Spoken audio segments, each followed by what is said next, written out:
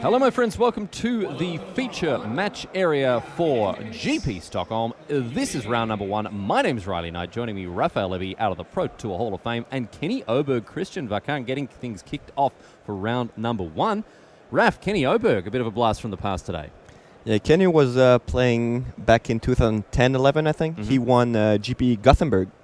That was in, I think, Corset. I don't remember exactly which one. Mm-hmm. He also made top 8 at PT Berlin with his Tesserator deck, and that earned him the name of the Tesserator. Oberg, the Tesserator here, facing against Wakang on Kuldotha Red. Now, Kuldotha Rebirth is a card that anyone who's a fan of Pauper will be very, very familiar with. And we're going to see it here, dump 3 power into play after a Memnite is sacrificed to play this 1-drop sorcery. I imagine we're going to see some Goblin Bushwhackers, maybe even some Relentless Bushwhackers later on. There's going to be a lot of bushes, Reckless Bushwhackers. There's going to be a lot of bushes, and there's going to be a lot of whacking of those bushes, I would say. They're all 8. Yeah, not surprised. This is another way of putting this is it's kind of Goblin tribal here, as we see a Serum Visions from Kenny Oberg. Legion Loyalist, Goblin Guide, Foundry Street Denizen, all sorts of stuff in this deck that, pretty buck wild, I have to say. Yeah, this deck could be a good choice if White-Blue decides not to run too many Terminuses. Mm-hmm. Unfortunately, Kenny's running 4. Yeah, I think that's the correct number here. White-Blue Control really taken the format by storm recently, and a lot of that is because of Terminus and the way that it matches up against the format. Not only are players interested in having a cheap sweeper that can be cast at instant speed, but also, Raf, it has the upside of playing around those graveyard decks that are so reliant on recursive creatures. Terminus just wrecks that. Yeah, not too long ago, White-Blue Control was playing Supreme Verdict to be able to deal with Death Shadow and to play around the counters. But now the decks don't play that many counters anymore, and they rely on the graveyards much more often. Uh-oh, look at this. Wakang is holding a copy of Blood Moon in his hand by the look of things. That could be trouble here for Oberg, although he has fetched out wow. oh, hello. Look at this. The red ritual. I think it's an Infernal Plunge here. And that's going to power a Blood Moon on turn number 2. So Wakang really putting it to his opponent here. Oberg's going to feel very lucky that he fetched out that basic island. Because he gets to play at least a little bit more magic under the Blood Moon. But look at this, the Celestial Colonnade coming into play tapped. With the rules changed to do with that, does it still come into play tapped? I'm still confused about that. Does it? I don't think it does. I don't think it does. I think that should be untapped. There was a recent rules change. Yeah, no, it is untapped. It is untapped. It is untapped. Yeah, that's what I thought. In any case, it's still a mountain, not doing a whole lot for Kenny Oberg here. Is the Mugwort Marshal? And an opt now for Oberg. Even if you found a Terminus off the top, he wouldn't be able to cast it, of course. Tell you what, he bloody love one, though. He's in a bit of trouble under a lot of pressure from these gobbos. That one's going to go below decks. Let's see what else is here. But this is an explosive start here for Wakang, curving his Kuldotha Rebirth into Burning Tree Emissary into Blood Moon after an Infernal Plunge. All right, here comes the... Okay, timely reinforcements. Main deck reinforcement? Yeah, of course. Yeah. Standard technology today in these White-Blue Control lists. Given the preponderance of humans, it's a fantastic card against them. It bridges you to the late game. And timely reinforcements, of course, coming down. Gaining 6 life. Okay, Rich went to tell them that the Colonnade would come into play. So previously, I think just a couple of months ago... that was a little more than that. I think it's a whole year. No. It was with the printing of Unclaimed Territory. Are you sure? Yeah. Okay. Yeah, because they clarified what it meant for a land to enter the battlefield because of the way that Cavern of Souls and Unclaimed Territory work. So it was with Ixalan, which actually, in fairness, is nearly a year ago. Yeah. So we're both right. It's a celebration of correctness featuring both Raf and Riley today. Oberg does find the planes, which is huge, of course, enables him to cast things like timely reinforcement. So that Blood Moon not doing as much work as it perhaps could here, Raf. 2 planes in Kenner's deck. 6 islands? 6 islands, 2 planes. Yep. This list is becoming more and more homogenized as we see the weekends go by. Wakang going to have a think about what he wants to do this turn here. Got a lot of goblins. All goblins all the time here. Does he want to pay the... What happened to the echo of this guy? Oh, hello. Mogwart Marshall's Echo cost Was paid as he attacked. All right, okay, sure. Well, got there in the end, but no, it looks like that's not going to... Yeah, we're not going to get that takesies backsies. This is, of course, for those of you, new to GP coverage, welcome. Welcome, by all means, welcome. It's great to have you along.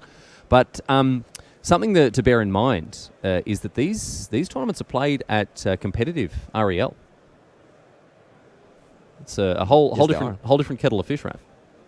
Yeah, Kenny has been away for a while, and he's back with no buys. He was on the gravy train, qualified for all PTs for a couple of seasons, and I think he fell short of a couple points to qualify for another season, and he decided to take a step back and do other stuff.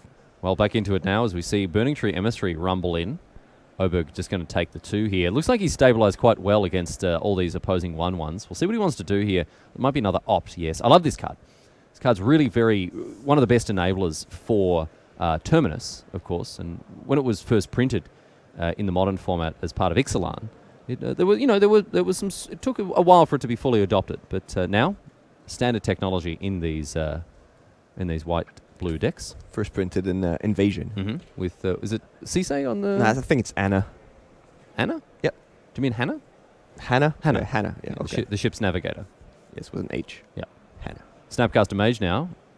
Going to target the timely reinforcements. This is brutal. Oh my goodness. He's still got less life points and still has fewer creatures as well. And now he's going to have more creatures. Oh my goodness. Timely reinforcements beatdown isn't something we see very often, ladies and gentlemen.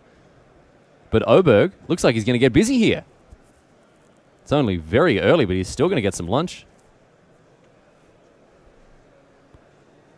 So, Wakang takes 3.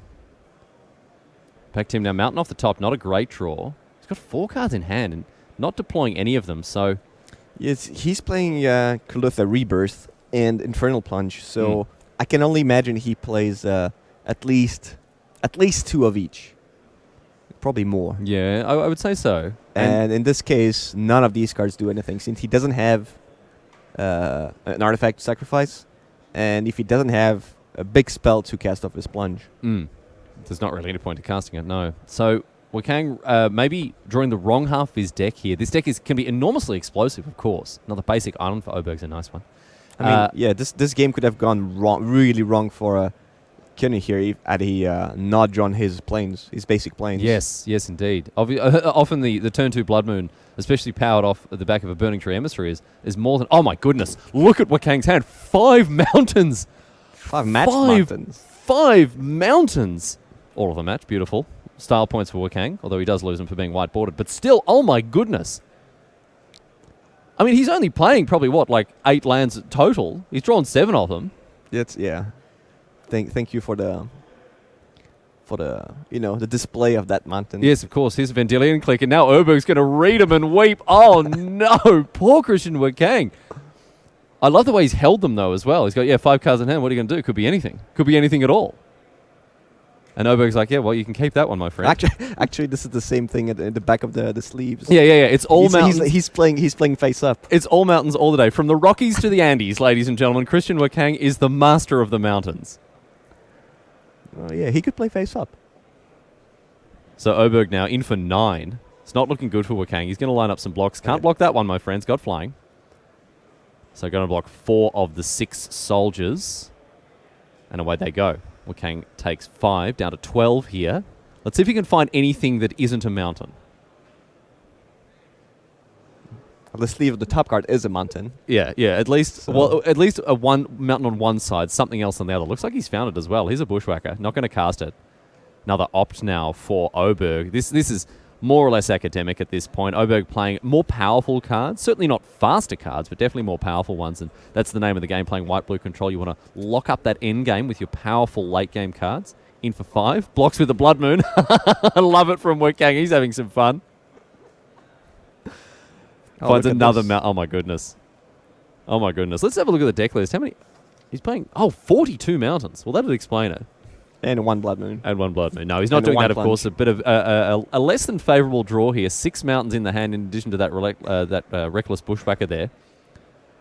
And Oberg has been able to slowly but surely apply pressure. And Wakang now down to 7. He's only got 2 turns left in it. He finds his 3rd land and plays the Bushwhacker. Things certainly haven't gone the way of the player on the right-hand side of your screen here. I mean, that Kulotha Red has potential for turn 1 Blood Moon with a Memnite, Infernal Plunge, and, well, Blood Moon. The Bushwalker here, a bad version of a Grey Ogre. Is it even a Grey Ogre? It doesn't have 1 toughness? Yeah, no, it's a bad version of Grey Ogre. That's what makes it bad. And another mountain. Oh, dear. And another mountain off the top. Jeez, that is not the way you want to lose a game of Magic. But Wakang here, unfortunately, has just really not had a good time off the deck. But look at that. He's got a smile on his face. He's having a good time. You can see that the players down at the feature match area warming up in round number 1 here at GP Stockholm. The format, of course, Modern. Oberg taking out game number 1 rather comfortably after Christian Wakang couldn't find... what was his lands to spells ratio there? It was... about 2 to 1, more than that? A lot to not a lot. A lot to not a lot, yes, if we're going to be speaking precise mathematical terms. And Kenny's taking a quick peek at his notes. What's the board in against Kulotha Red? Yeah, well, he'll be checking his sideboard plan. Kulotha Red. Yeah. Ah, yes, okay, here it is. But I tell you this, he is actually pretty well set up to beat it with not only the Timely Reinforcements in the main deck, 2 copies in the board. We usually see one extra copy in the board, but he's got 2. In addition to that, the Angel package that has become standard in white-blue with Baneslayer and Lyra. Rest in peace, Stony Silence, Dispel, Negate, Surgical, Supreme Verdict, Ceremonious Rejection here. So you'd think things like Supreme Verdict are decent options, but a lot of the technology in the board isn't going to do a whole lot against this Goblins deck. I think the main thing Kenny has to worry about is Blood Moon. Okay. I mean, that worked out well in game 1. Yeah, I would say it was an unusually favourable position for Oberg to be in after that Blood Moon came down. Yeah, he found his planes without having to fetch it with Flooded Strands, and he was able to cast his reinforcement. His 1 timely reinforcement. He was able to cast it twice. Yeah, thanks to Snapcaster Mage. And something that it's important to note as well is that white-blue control becomes a lot better against Blood Moon when it's a known quantity. And I wouldn't be surprised to see Wakang taking them out. Against a deck with 8 basic lands, plus the Flooded Strands to fetch them, I think that it's not the card that it can be against, something like Abzan, for example. We unfortunately do not have Christian's deck list to check. No, we'll be chasing it down to have a look and see if we can get this one... in the bright lights of the feature match area for you to have a look at here. But in the meantime, you'll just have to enjoy it off the top. Au natural, ladies and gentlemen. Looks like Wakang is taking 2 cards out. I wouldn't be surprised to see those Blood Moons come out. Although they do shut down the Colonnades. But if you're losing to Colonnade, you're losing to more or less anything as a you don't want to play around Colonnade. No. I mean, if white-blue control attacks you on turn 6 for 4 damage, you're probably losing anyway. You're probably losing, yeah. Even without the Colonnade. Since you don't have that many burn spells. Well, I'm pretty sure he doesn't have any. Is he running bolts? Probably playing bolts. It doesn't go very well with Infernal Plunge, Kuldotha, Rebirth. Like, you need a lot of different card types to play Plunge, to play Rebirth. You need artifacts, you need cheap creatures, you need payoffs for the Plunge. All right. I mean, Bolt doesn't really go into that strategy. It's just a very good card. Yeah, but well... That's not how you start building your red decks. When you're like, I'm going to sit down and build a red deck, I'm going to put X number of mountains in it, and then just four lightning bolts. No, I don't like that building plan. Do you like lightning bolt as a card? I think it's fine. It's okay. It's fine plus. Yeah, fine plus. Yeah, fine plus. Yeah. Isn't it the best removal spell ever printed? Swords could be a little better. You know what Swords doesn't do, though? Swords to Plowshares. 3 damage at the face. And you know what Swords doesn't do? Yeah. It doesn't... It's not really English, but I'm going to say it. It doesn't be played. Yeah, that's also... in modern. It doesn't in modern. It doesn't get played in modern. That's also very true. These players having a chat after they've shuffled up and or sideboarded and in the process of shuffling up, as you can see. And it shouldn't be too long till we're underway with game number 2. Obviously very happy, Raf, to see white-blue control getting it done at the top tables of Modern. He is one of the best decks in the format. I think since Pro Tour 25th anniversary, we've seen it really come into its own as a massive player in Modern, due to the fact that I think we've seen the threats in Modern converge. Modern is very creature-focused, very creature-centric. I mean, as it has been for a long time. But traditionally, white-blue control decks haven't had the technology, all of the answers to the different questions that the modern format can ask. But now with Teferi, with Jace, with Terminus, with Opt, these are cards that allow a more robust suite of answers to be played that line up pretty well against a broad proportion of the decks. Teferi made a huge splash in the white-blue control. Before that, the white-blue control that was seen at PT in Bilbao, Rivals of Ixalan. PT Rivals of Ixalan, yeah, didn't have Jace, didn't have Teferi. No. It had Gideon, Mm-hmm. but Teferi just brings the deck to another level. That's really what it is here. Control players will always, control players around the world will know that this is true. They love to play cards that can utility cards when they need to be, and then win conditions when they need to be. A great example, Celestial Colonnade. It's a land on turn number 1, but then it's a win condition on turn number 1 billion. And Teferi does very much the same thing.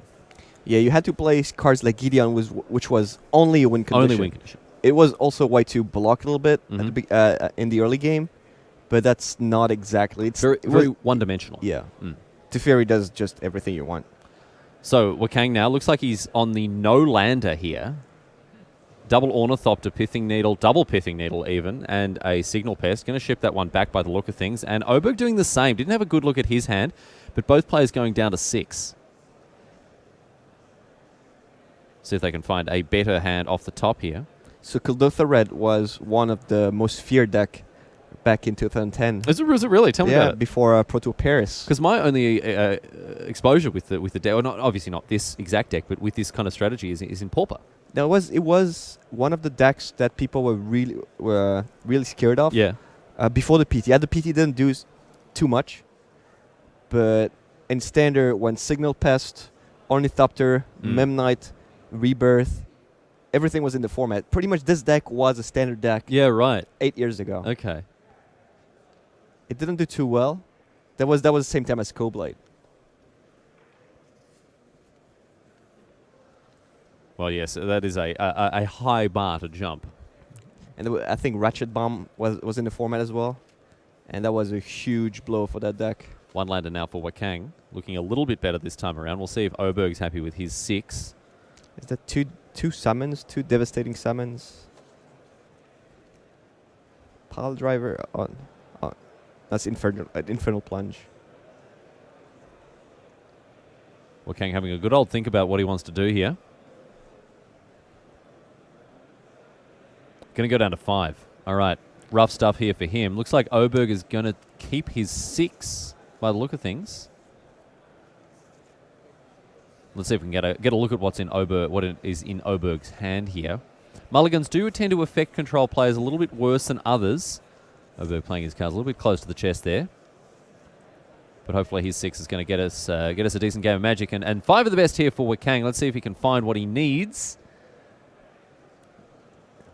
Have you managed to see what was the last card?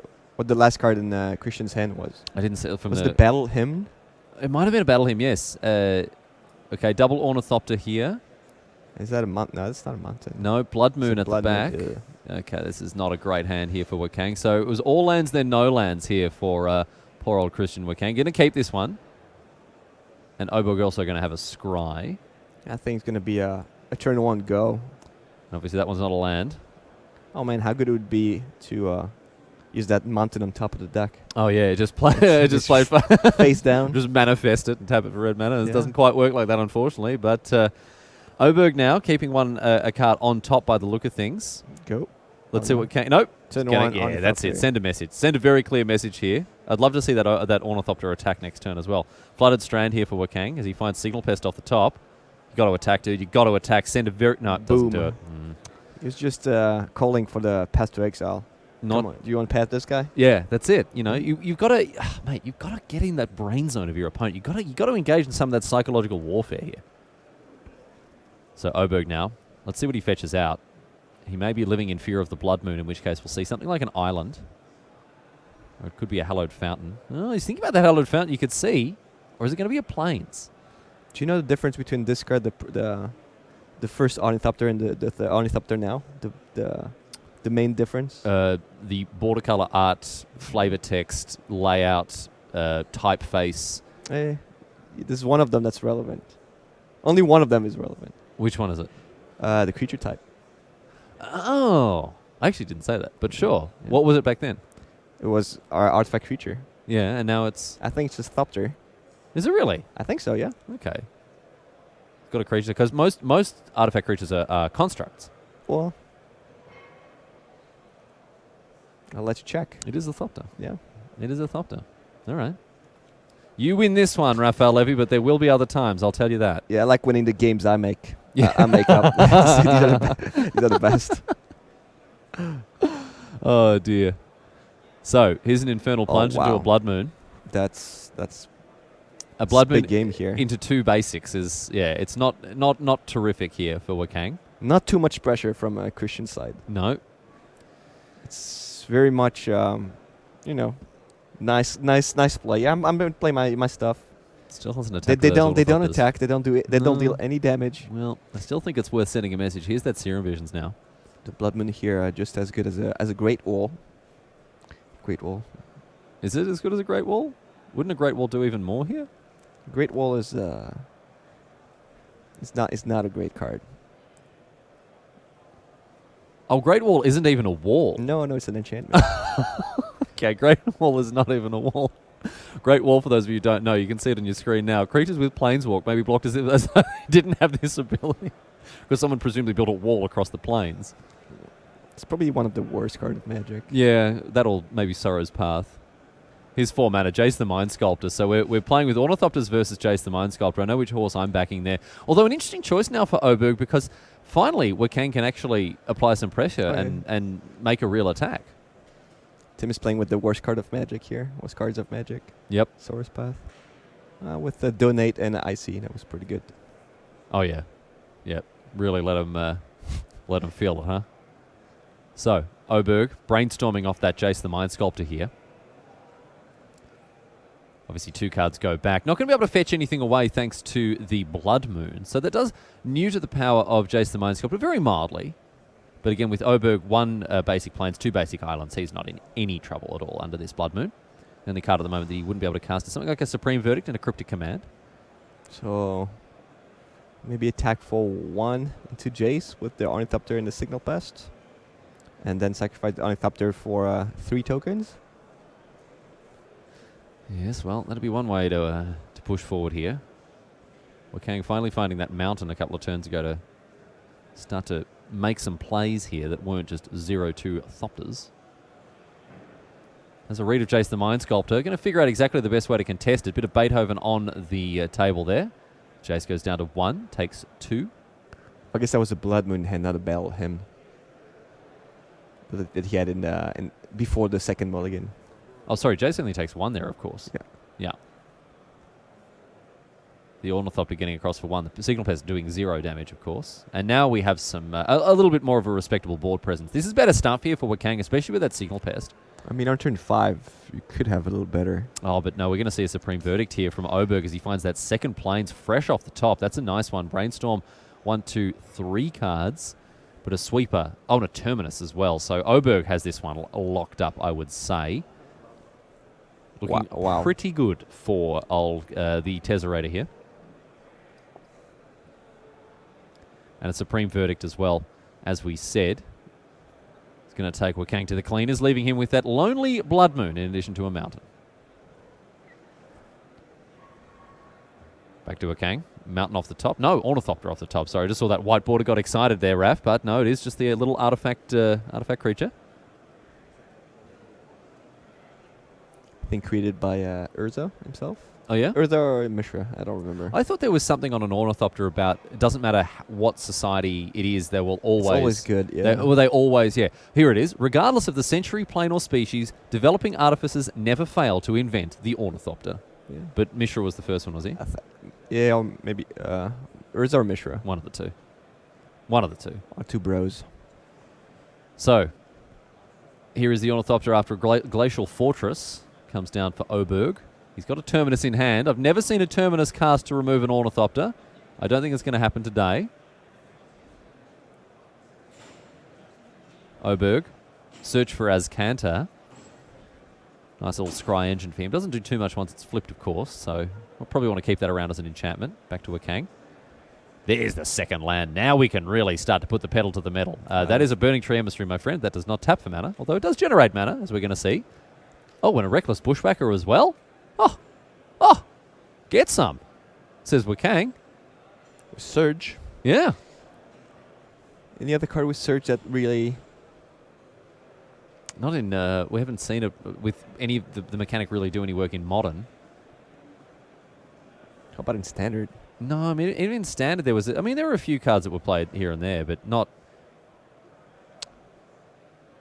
It wasn't really a mainstay. Ooh, opt into Terminus. Oh, just easy, just like that. He had it all planned. I guess there was Voice of Resurgence. Yeah. That sees a lot of... That's used to see a lot of play. You didn't like my... Dynavolt? No. You didn't like my great joke? Yeah, it was great. Oh, thank you very much. There was a while where Black Red Zombies in 2012 Standard was boarding in Gloom Surgeon.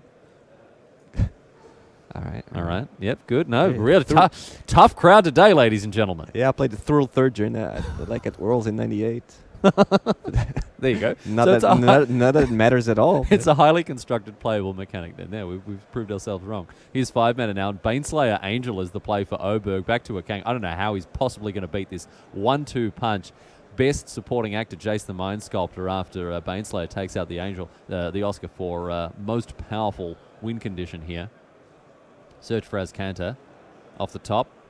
Oberg having to think about what he wants to do with his card, but Wakang, this is academic at this point. In comes Baneslayer. Across for 5. Oberg up to 24. Wakang has his life total quartered here. And a Jace the Mind Sculptor Brainstorm activation as well. An embarrassment of riches for the Tezzerator on the left-hand side of your screen, but Wakang fighting to the bitter end. He's not going to throw in the towel. Is Oberg having to discard as well?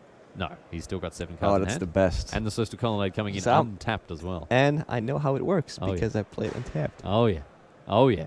So Field of Ruin doesn't need that one. Terminus off the top as well. Also just plops it straight in there. Doesn't want to cast it with that Baneslayer getting it done here.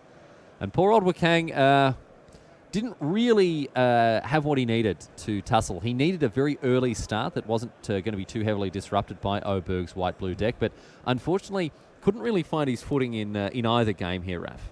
Well, that was the problem of Kuldotha Red back in 2010. Your opening hand could just do nothing. And I guess it's the same problem in 2018 in Modern. Yep. The more things change, the more things stay the same. Am I right? Ornithopter number 3. Pay 2 mana for it here as well. That Must be nice. hold off the Baneslayer for a turn at least. Oberg doesn't want that Celestial Colonnade. Already got enough of them. Another Terminus off the top. Again, not going to cast it. Looks like we're going to discard here. He could bounce the Baneslayer Angel and play Terminus and play it again. Oh, yeah. Just to really keep that Ornithopter off the battlefield. Well, or he could just bounce the Ornithopter, but that's not. I think we don't talk about style points here. Yeah. Here's a Fate Seal now, and this is where things start to get really ugly. Oh, leaving it on the top. Oh, this is now. It starts being ugly now. Oh no! Just now.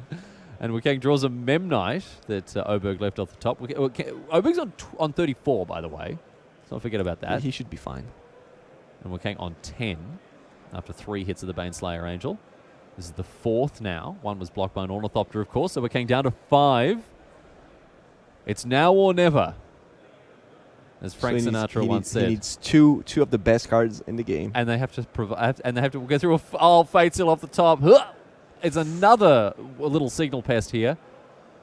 Back to Oberg, who's on 39. He needs to make 1 attack. I'm loving this from Wakang, though. Going down fighting. He's not going to give it up until the final whistle blows, and an extension of the hand is enough here for Wakang to finally pack him up. So Oberg, a handy win there in game number 1 and game number 2, meaning that his tournament with 0 buys gets off to the perfect start, Raf, at 1-0.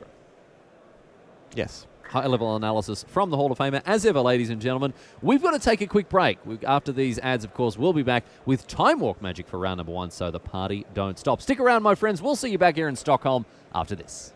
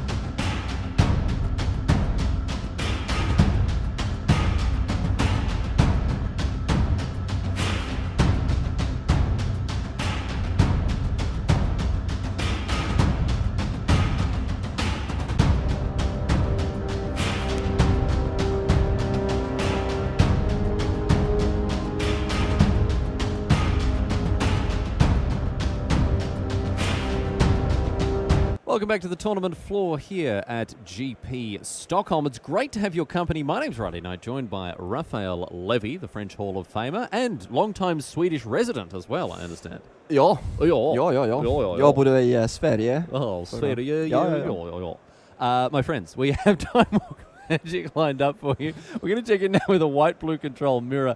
Oh, because we just... Oh, mate. I mean, I'm without a shred of irony, I am super, super into this. Max Sjöblom and Ville Artianian there.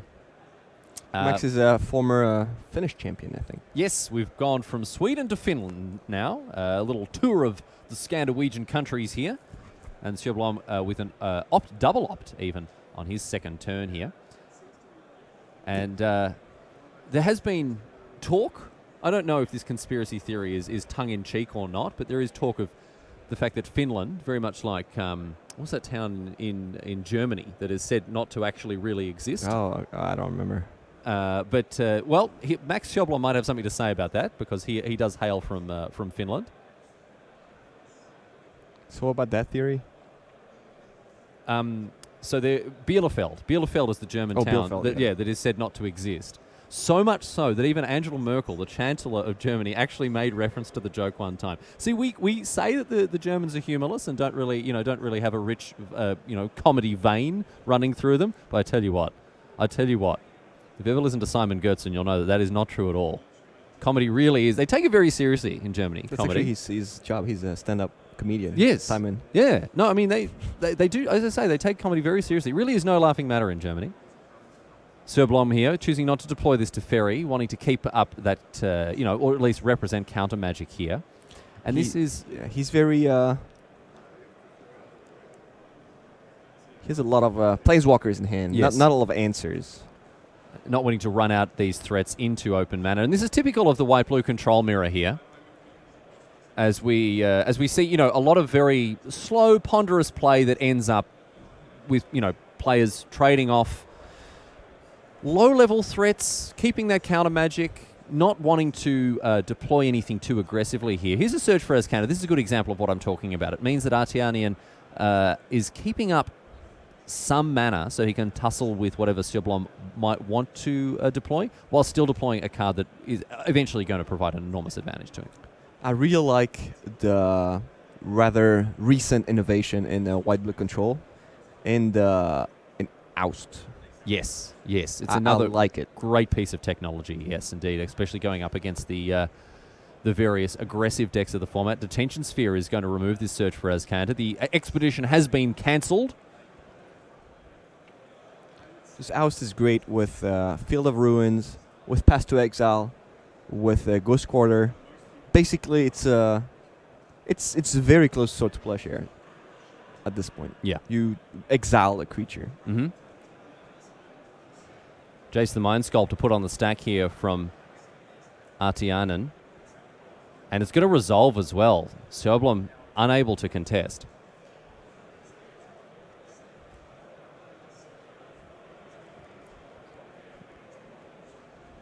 Yeah, with so many Planeswalkers in hand and no way to interact, that Jace is unmatched at this point. Yeah, it's looking pretty good here for Artianen. See what Sjöblom wants to do here. I think it's double Jace to Ferry Snapcaster in hand. Double to Ferry even. So his options are he can either run his own Jace and Brainstorm, or play his Teferi and draw a card, or play his Teferi and exile the Jace.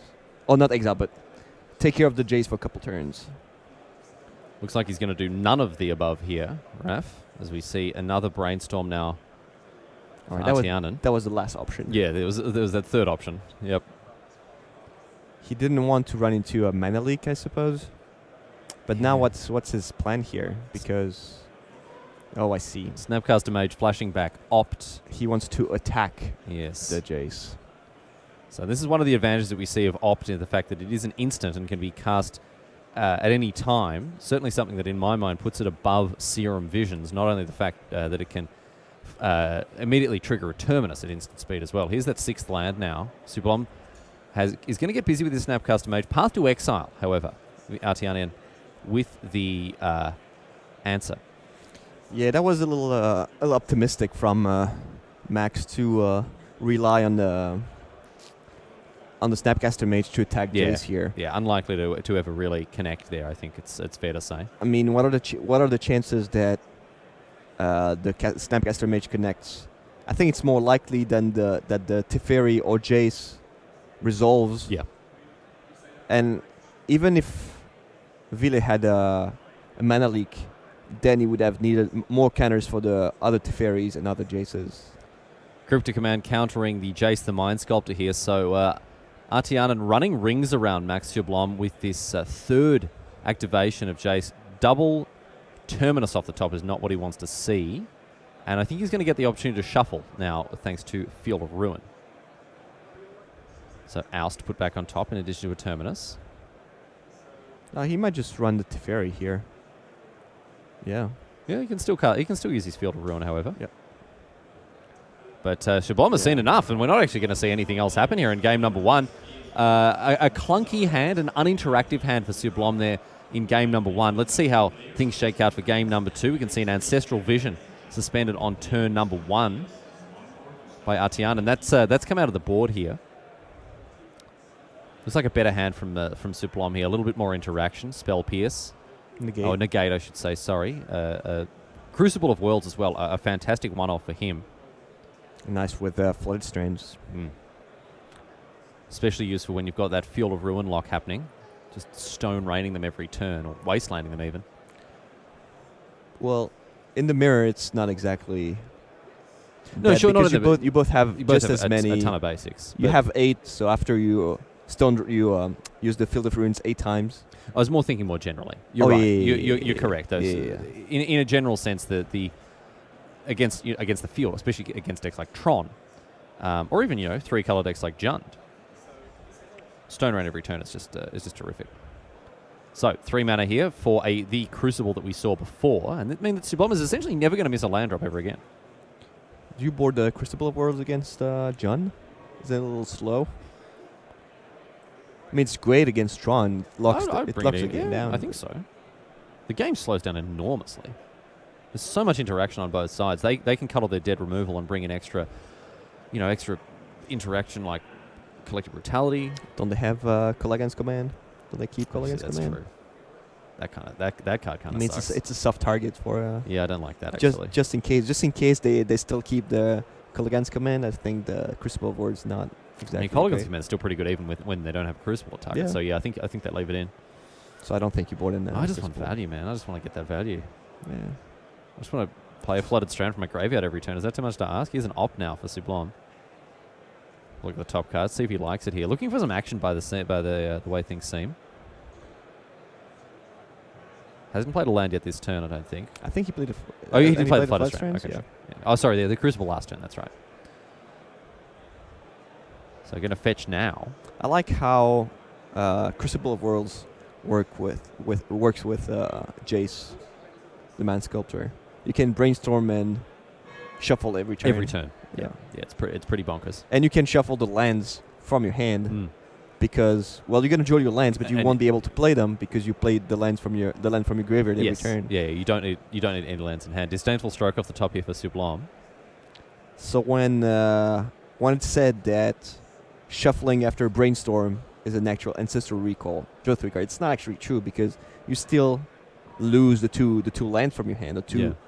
Like in that case, the lands are definitely dead cards. The actual dead cards. So in this case, it is actually insane to be able to do that sort of thing. Attack with the Snapcaster now. Back to Artianen. He's going to draw a card. He's going to draw 4 cards at the beginning of his next turn here, thanks to Ancestral Vision. Unless Sublime has something to say about it. We did see that negate, but I think Artianen will hustle pretty hard in contesting this Vision and trying to make sure it resolves. Here's a Cryptic Command. That's an aggressive deployment of that Cryptic. End of turn? I think you want Max to tap. Yeah. To tap out. Not tap out, but tap a few lands on that turn. So he can resolve his Ancestral Vision. So Ancestral Vision now is put on the stack after the last time counter is taken off. Sublime does have Negate. Also a copy of Vendilion Click. I think you let it resolve here. Just let him draw the 3? Yeah. Why is that? Because in these 3 cards, there might be irrelevant cards. Yeah. And you want to be able to counter the actual relevant cards. Okay. All right. And there are not so many overall. Drawing 3 cards? No, there are not so many relevant cards you really have to counter. Oh, I see. Okay, so if you sandbag the negate for something like a Teferi, then you're getting better use out of it. Also, he would tap out. He would almost tap out for to counter the visions. That would open up for a Teferi. Yes, So like he that. doesn't really want to do that. Okay, well, Sublom, taking it easy. He's going to fetch something with the Flooded Strand. Looks like it's going to be a basic island. Only 2 Hallowed Fountains in the deck. So now we start to see all of the basics come out. And again, with this Crucible online, Sublom never has to draw another land again effectively. That Flooded Strand doing some work, huh? Yeah, 3 damage. Yeah, it's really chipping away at Sublom's life total there. You can see he's got a couple of lands in hand. He may choose to start to deploy them, but again, doesn't need to. I'm not sure about countering the cryptic command here. That was the only thing that was like Crucible in hand or in play when you have 2 lands left. I mean, you could have played it a couple like in a turn or 2. Yeah, I don't know. It didn't seem that whole exchange was a little confusing. We move on now to double V clicks, 1 on each side. Sublom deploys his in response. Artianen deploys his. I mean, Disdainful Stroke would have been good in his hand. And a Logic Knot is going to Counter the first Vanilla the first one, but it looks like Artianen left Sublom's hand the way that it was. Didn't want to get rid of that negate or anything. So a nice exchange there for Artianen. Although this does mean that he's in a bad position to any top deck from Sublom. But luckily, just an island. These fragile creatures trade off. Here's an opt now. Sublom can find a Teferi or a Jace. He's going to be in good standing, and it's off the top. It is Teferi, the hero of Dominaria. That's going to be huge here for Sublom. Artianen took a bit of a risk in tapping down to contest that Vendilion click. Flooded Strand goes and gets another basic here, and we're going to see the hero of Dominaria make a grand appearance, Raph. Yeah, against Artianen, who's tapped out. So here is Teferi now. Untaps 2 lands. That means that Negate is also online. So Sublom looking to be in a great position now. And Disdainful Stroke as well. No, Zero is gone. Sorry. Yeah. Negate is there. Just the Negate in hand. And next turn, of course, that Snapcast is going to be online as well. So firing on all cylinders thanks to this powerful new Planeswalker here. Back to Artianen. Let's see what he can do here. Is it really new? I think it's one of the oldest guy. Teferi. Sure, but this Planeswalker card That's true. is relatively new. Especially compared with this old boy here, Jace the Mind Sculptor. Going to eat up a Negate, but a Spell Pierce. Dispel even from Artianen. So both players managing to pull together some pretty favourable exchanges here. Has to be said. So Jace or Teferi, what's better in Modern White-Blue? Who would win? I think Teferi would win. All right. That's a tough question. I think Teferi is better. I think Teferi is I better. think a good mix of them is good. It's Yeah. better. Yeah. But overall, In a Teferi vacuum? Teferi. I Man. think. Who'd have thunk it, huh? Jace the Mind Sculptor, the most powerful Planeswalker of all time, toppled so easily by Teferi. When Jace got unbanned from Modern, it actually didn't get played at all. No, well, I mean, that's not true. It came back as, people were... As a 1-off or 2-off. No. Everyone was... It's like Blood Red Elf. Everyone started to play with this old toy that Mum had put on the top shelf for a long time, and it finally... it was the school holidays. You weren't allowed to play your Game Boy during the term time, but the school holidays came around, and you're just there just jamming as many games of Tetris as you can. And then, people realized, it's actually not that good. Tetris is okay. But Jace is... What's better, playing Tetris or resolving a Teferi on turn 5? Well, it depends against who. I think it's definitely Teferi every time. Teferi? I think it's every time you prefer to play Teferi. You're going to tuck away this Jace here. Sublom removes the Mind Sculptor from the battlefield. With 4 mana still available, he's in a good position. Flooded Strand, of course, out of the graveyard. I think that's the 5th time it's been played here. You can track that down pretty easily. Yep, that life total has just been ticking down thanks to the Flooded Strand. Sublom getting all of that value from the Crucible of Worlds here. Artianen, another Jace now for him. Sublom does have the Snapcaster Mage, so he can answer it if he wants to effectively tap out. Looks like he's going to as well. Here's that Flooded Strand.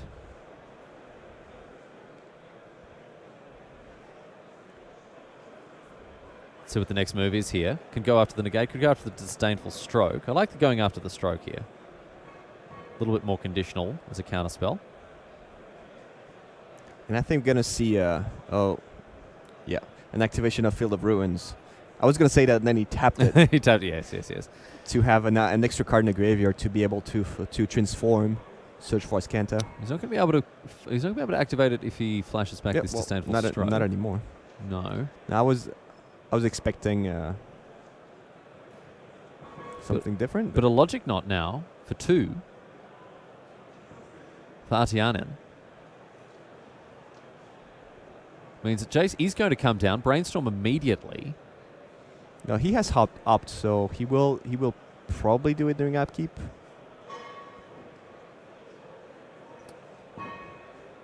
All right. Because now there's another Jace somewhere in Villa's top cards, right? Yes. Yeah. It's second from the top right now. Maybe it's on the top. I wasn't keeping good track of it. Here's an opt now. No, he just Jaced, so it's somewhere. Oh, it's somewhere, right. Okay, sure. Oh, of course. Yeah, what am I talking about? So, Jace off the top now for Sublom as well. He does have a Teferi in hand. Draws a card. Going to untap 2 lands. Logic Knot.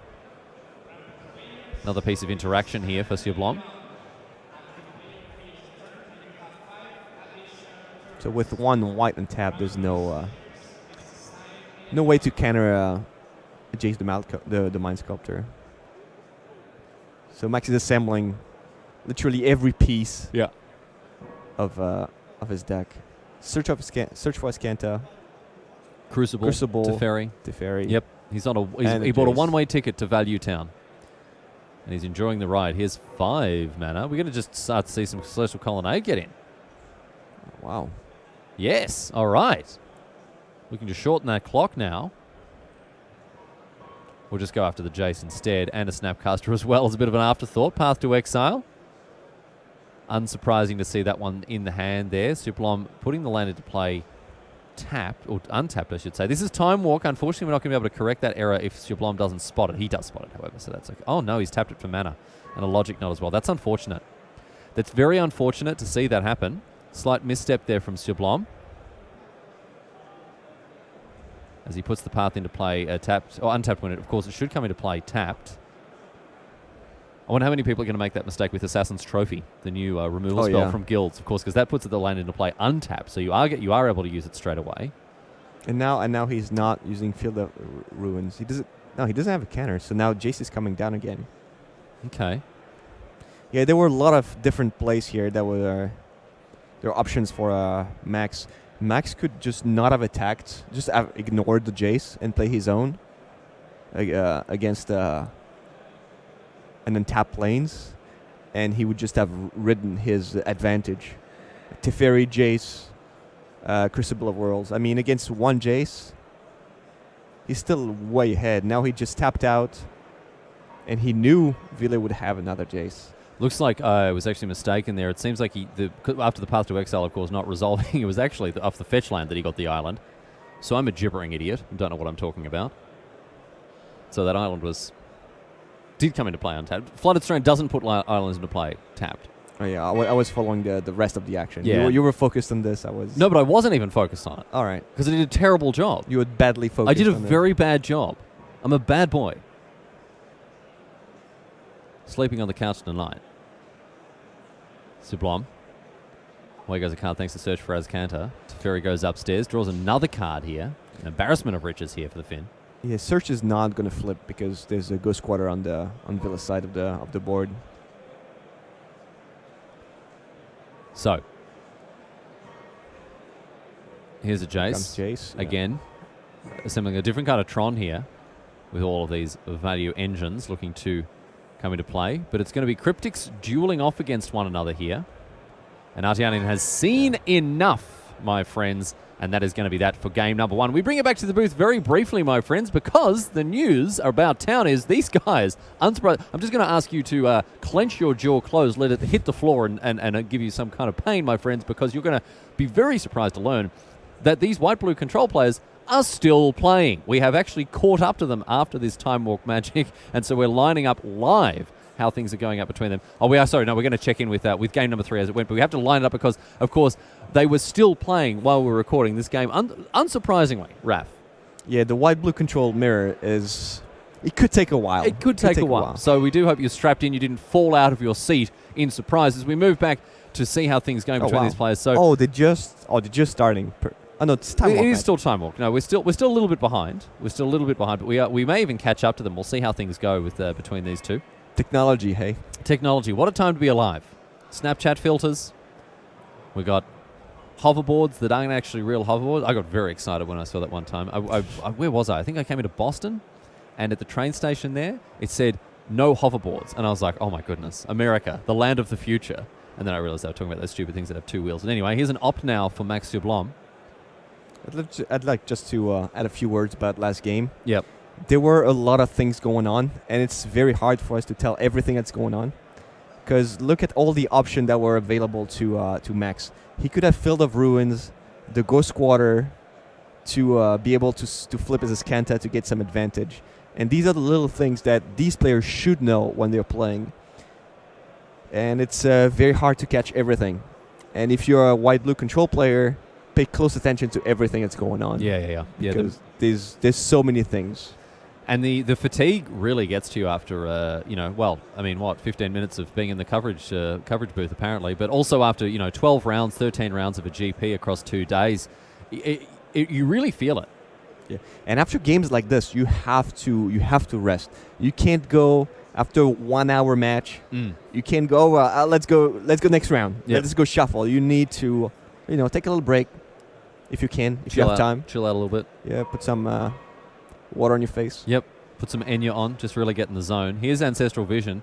Artianen has had to discard to hand size, unfortunately, last turn with that Teferi.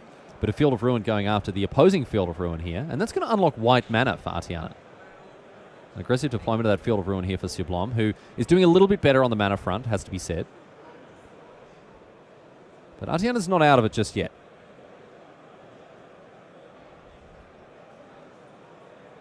Back to Sublom. With 5 mana, his opponent representing something like a mana leak, which is often played as a one-of here. 6th land, back to Artianen, ticks down the Vision. Does have a Spell Queller in hand, but going to have to discard another Teferi hitting the bin. He's looking to aggressively discard those top-end cards. And Sublom just happy to hit his land drop and continue to push forward. As Artianen finally finds that 4th land in the form of Hallowed Fountain. Handful of interaction here. Raf, counter spells, Spell Quellers, all sorts of business. So if you wondered why Max Field of Ruined Villa's own Field of Ruins, it's to protect his Celestial Colonnade. Because the trade would give Villas his white mana, and that didn't seem at the moment, giving the white mana didn't seem like the right play. But being able to get rid of the Field of Ruins actually... Are we going to see Cryptic Command on... Oh, yes. I love it. On Boomerang mode. It's the best mode, my friends. But a negate is going to crash this particular party. But I was like, no, mate. No. You're going to pick up that land whether you like it or not. I love it. Boomerang, draw a card. Get that out of here, he says. And Sublom continues to press the advantage. Of course, the bad news for Artianen is he's got so many cards in hand. If he draws another land, he's going to be behind the pace in deploying them. Jace the Mind Sculptor as well now. But Artianen has the response in negate. Logic Knot is going to wrap things up for Sublom here, however. A very tidy piece of interaction from him as he exiles a Serum Visions to Not for 1. And even has that fetch up after a Jace Brainstorm. Great stuff from Sublom there.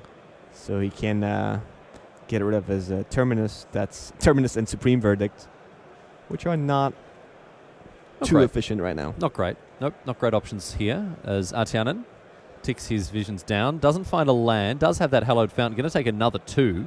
Oh, so Boomerang dealing 2 damage as well during... Oh my goodness, I love it. I love it. Actual Boomerang at the end of turn. Yeah. It would have been good. Actual literal Boomerang. Is it even modern legal? Yeah, of course. Yeah, it was printed in Oh, 7th edition. printed in 8th or something. Oh, 7th. Yeah. Yeah. I remember when they were doing flashback drafts on Magic Online, and I think it was 10th or 8th or 9th. It was something edition, right? Just a core set. And it had Stone Rain and Boomerang. I just took every single one of the Stone Rains and Boomerangs I could and just Stone Rain people and Boomerang their lands until eventually they stuck a threat and killed me. But still, I had 7 Stone Rains and like 4 Boomerangs, and it was the best. Eye of Nowhere. That was also a boomerang. What was that one? Yeah, the sorcery boomerang. Oh, sure. No, I it didn't. was arcane. Okay, yeah. Yeah, no, I didn't play that one, but that... I mean, I didn't win, but I had a lot of fun. That's the most important. That's the main thing. Generally speaking, that's about as much as I can hope for when I'm playing Magic the Gathering. So, I'll take what I can get. 3 mana now. Nope. Thinks better of it here, Sublime. With the Jace active, of course. Being stuck on lands was a big deal. It's usually a very big deal in these matchups. If the white-blue control is historically playing lands every turn in the control mirror is pretty relevant. Pretty good, yes. Looks like we're going to see a Crucible of Worlds now. See if Artianen has a response to this. 3 mana. Does have a mana leak. Give me a Logic Knot here as well. Logic Knot for a lot.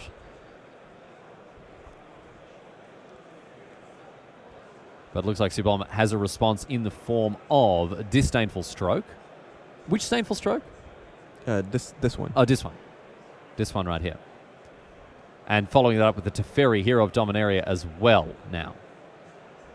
So the Crucible gets countered, but Teferi resolves. Yeah, this is not looking too good for our Finnish friend. It is on not. The right side. It is not. 3 cards off the top. Oh my goodness. No, it does have a land there. I saw a Field of Ruin hiding out in the back. But this is not the sort of Ancestral Vision you want to resolve. I mean, immediately resolving an Ancestral Vision and then conceding, that is rough stuff, ladies and gentlemen. As we bring it back to the booth, Max Sublime with a tiny victory in the white-blue control mirror here in round number 1 of GP Stockholm. That one, a good representation of the matchup overall, I would say, Raf. It takes a while to win, but when one of the players start getting a little advantage, it usually snowballs and very quickly from it. Yeah, that's the way that goes this round, my friends. We are going to take a quick break. On the other side of it, more Magic coming your way. Very good news for all the fans of Tim Willoughby and Simon Gertzen. They'll be joining you for the first time this morning, so stick around for that. We are going to take a break. On the other side of this, more Magic from GP Stockholm. Stick around.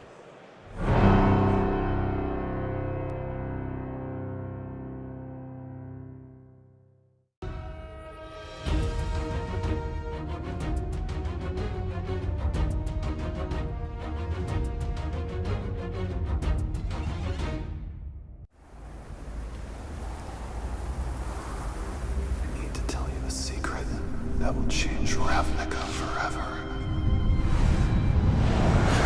Land cries out. We have eyes everywhere.